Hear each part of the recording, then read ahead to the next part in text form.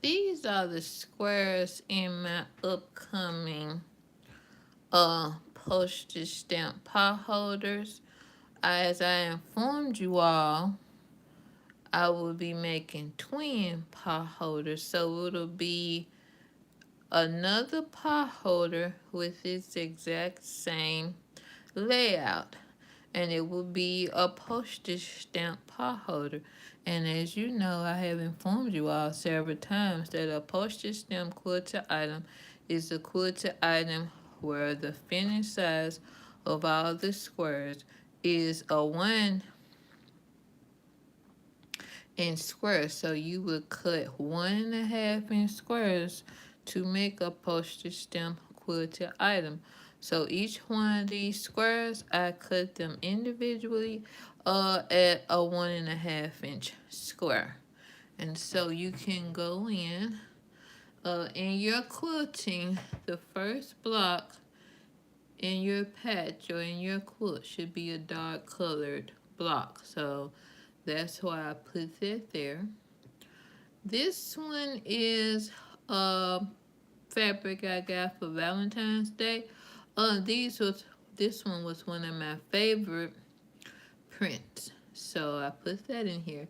And most of these prints are things I like.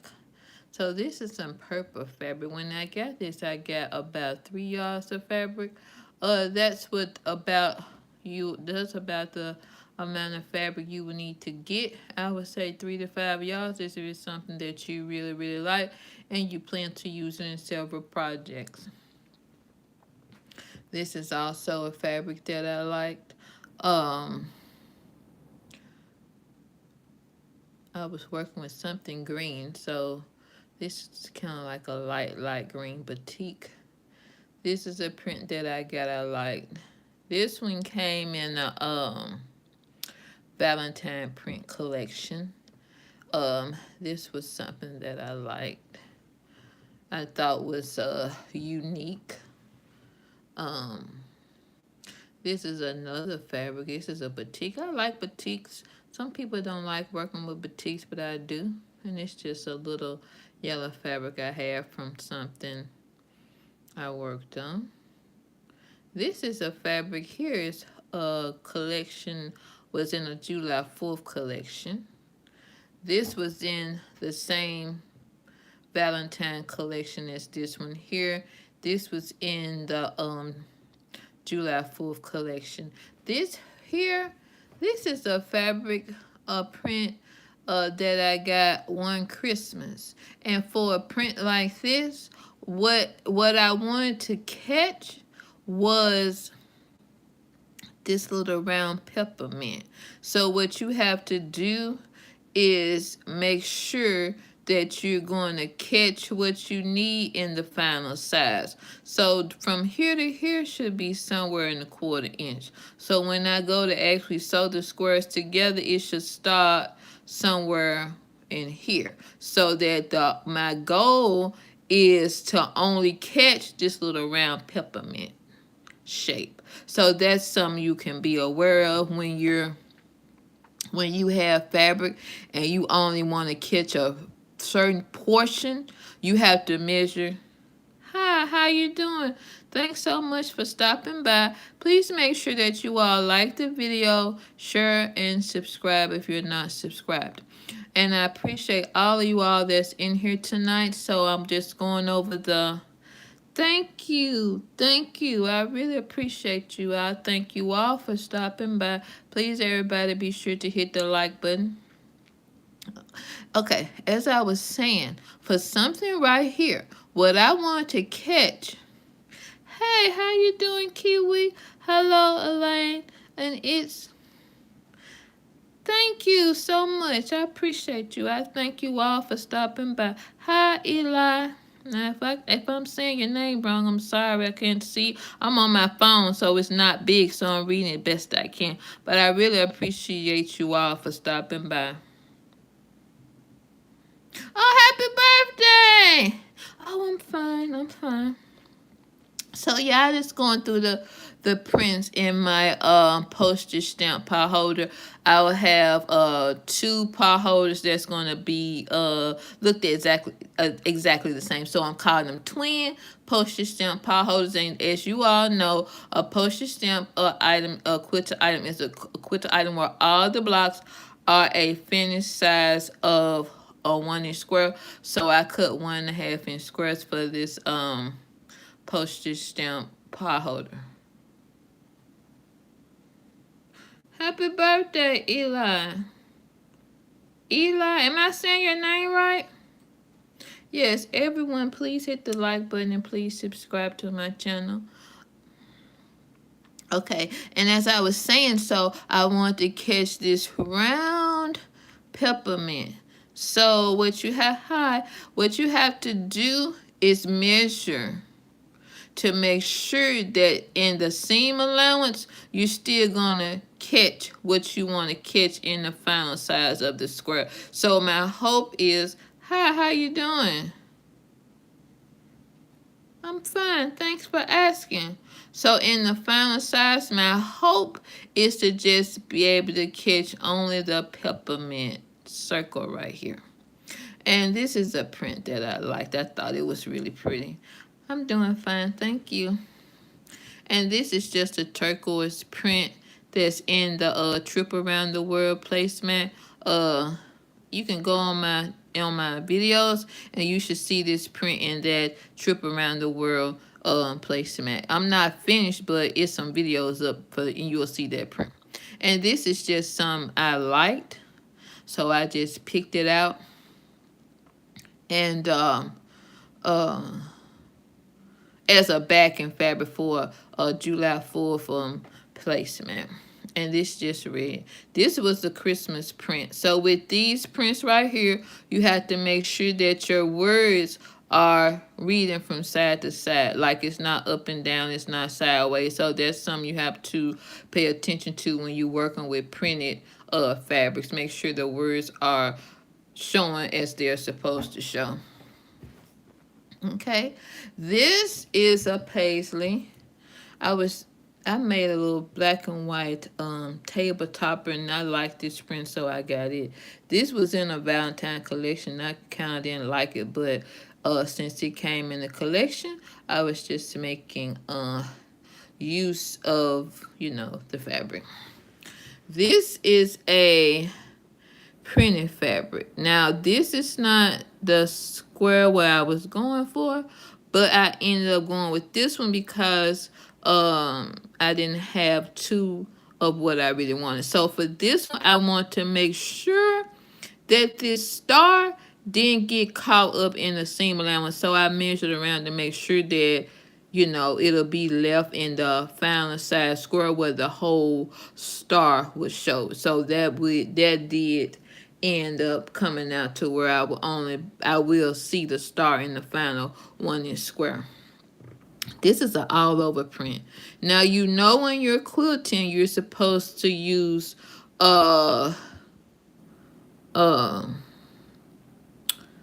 prints of different scales. That means you have some smaller prints like this right here.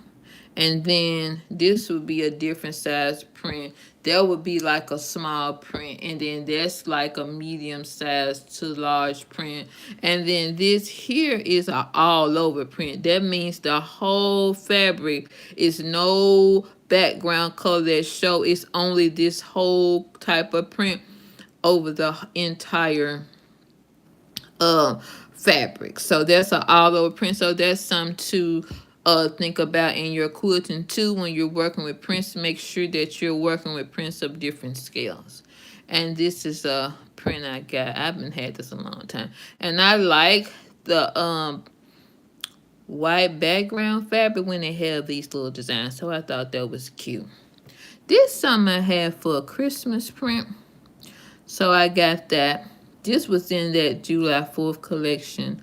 It was some prints in here in this collection I liked. Some of them I didn't like, but from now on, I'll think twice before. I really was getting that to have some I was making for YouTube.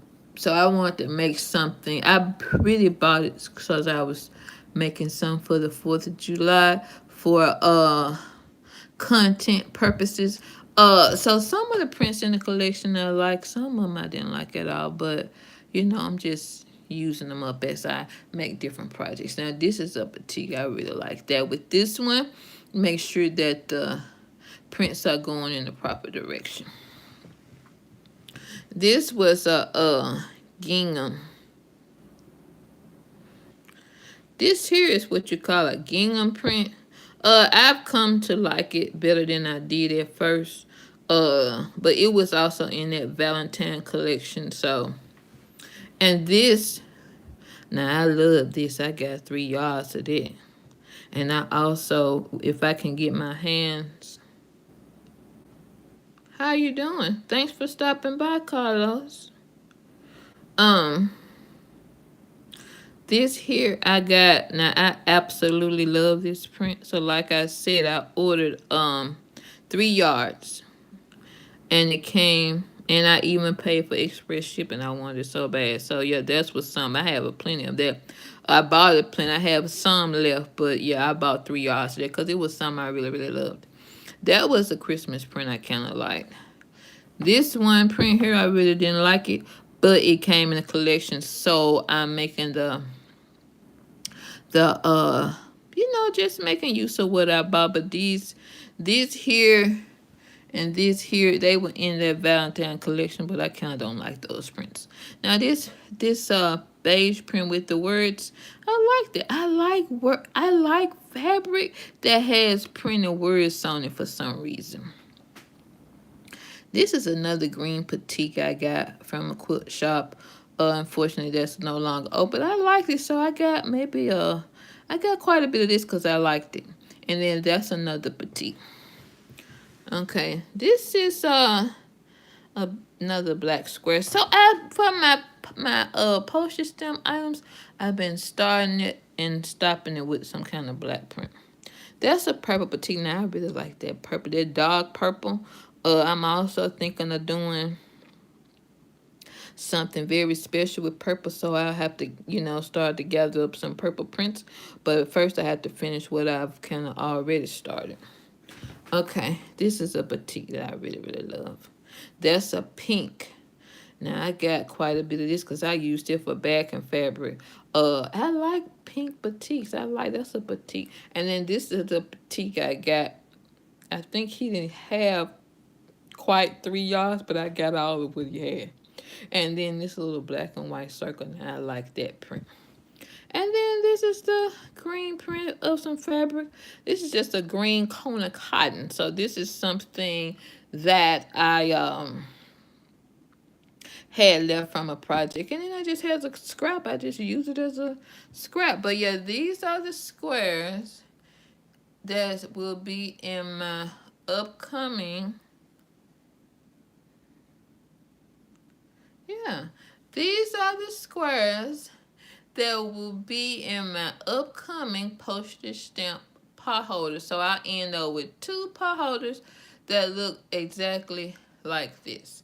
And a postage stamp quilted item is a quilted item where all the finished size of all the squares are a 1-inch square. So you go cut a 1.5-inch square to make a postage item, and it's supposed to be of many different prints. It may not be all the same, but maybe an equal amount of whatever amount of printed fabrics that you have. So I'm very pleased with this layout. So I can't wait to get my little pot holder all sewn together. Now I'll probably make a, you know, live and do a long form or something along those lines. But yeah, make sure you all subscribe to my channel, like this video if you don't mind. Yeah, but this is it.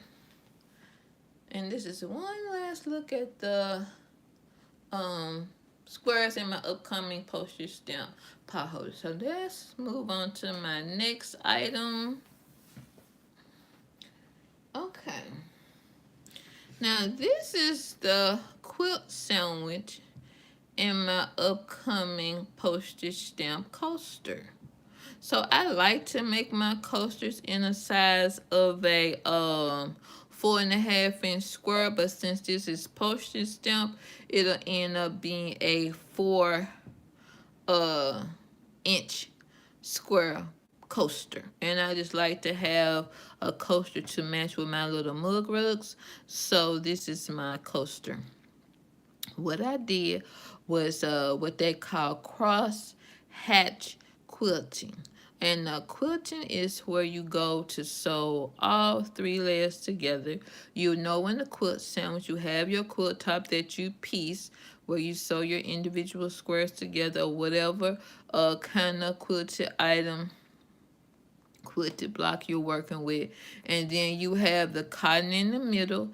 For my postage stamp coasters, I like to put 3 layers of cotton so it's kind of sturdy. And then this is how it looks on the back, which I think this looks really, really cute. I used to mostly do in the ditch quilting, which is where you just stitch along the seam lines or right beside it.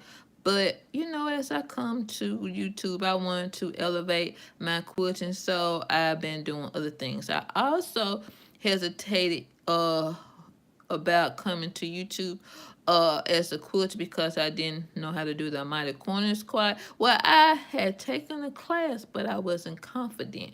And a mighty corners is a professional touch that you put on your quilts. So once I learned that, I took the time. I had taken a class, but I took the time to learn the miter corners and watch videos on miter corners, and that's when I decided to come to YouTube and start doing more videos.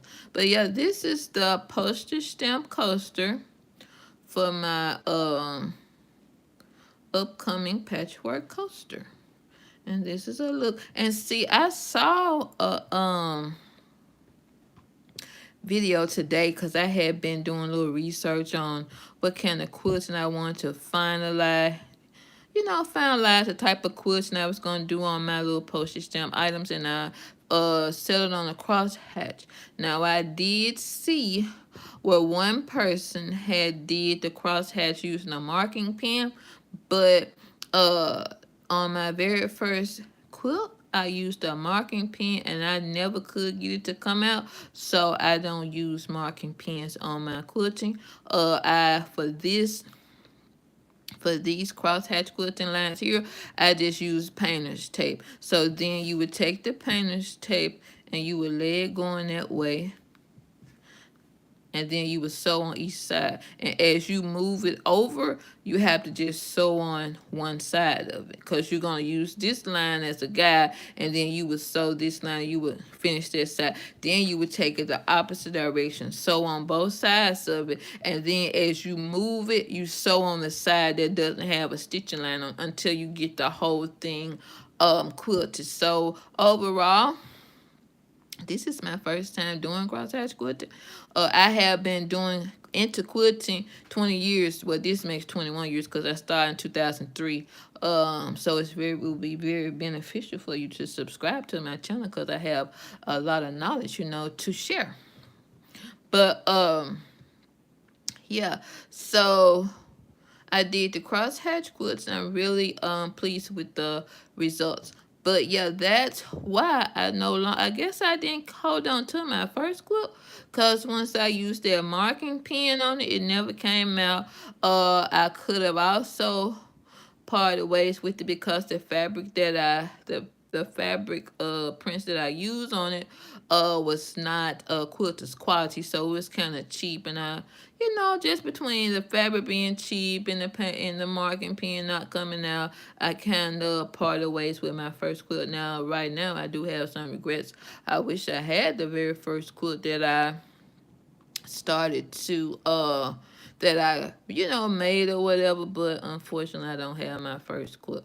But now I hold on to my stuff because I know how to better construct and get good quality quilters quality fabric. So yeah, so now I'm able to make things that I'm proud of them that I feel will stand the test of time. So this is one last look at my upcoming postage stamp coaster.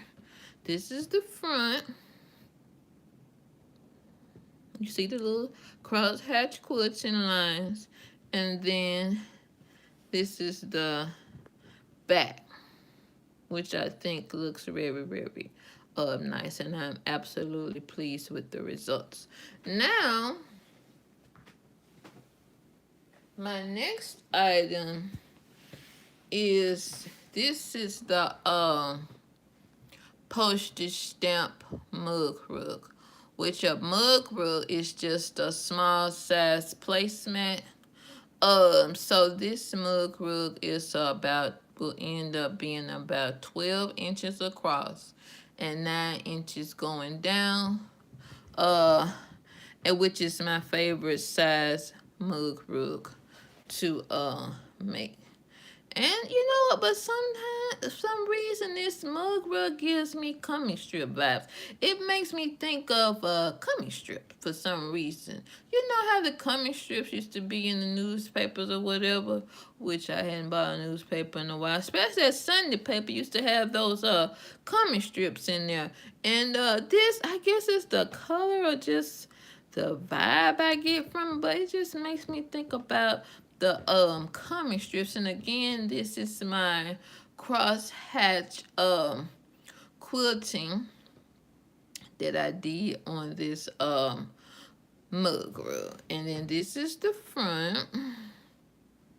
And again, I don't use any marking pens. I just use painter's tape, or I'll just make a little template and put some tape on the back, painter's tape on the back, and lay it down and sew around it. But I don't use any marking pens on my quilting because I don't trust them to come all the way out. Now, I'm just telling you the truth. So this is the front of my mug rug, where you see the crosshatch quilting lines that I use painter's tape to make and not a marking pen. And then this is the back. And mind you, I used to be a quilter where I only stitched in the ditch. But as I come to YouTube, I kind of wanted to elevate my quilting. So I do, try other ways of quilting. Meaning sewing all 3 layers together with the different quilting designs. But yeah, this is the crosshatch. I think this looks really nice. I'm very pleased with the results. And then here's the front again. So the only thing left for me to do now to my postage stamp coaster and my postage stamp mug rug here is to just put the binding strip on. Then, I'll pretty much be done. So if you all don't mind, make sure you like this video, subscribe to my channel. I'm really thankful for everybody that stopped by tonight. That kind of ends my video at this point. Thank you so much. Check you later. Subscribe, subscribe, subscribe. Comment, comment, comment. Share, share, share all my videos. Check you later.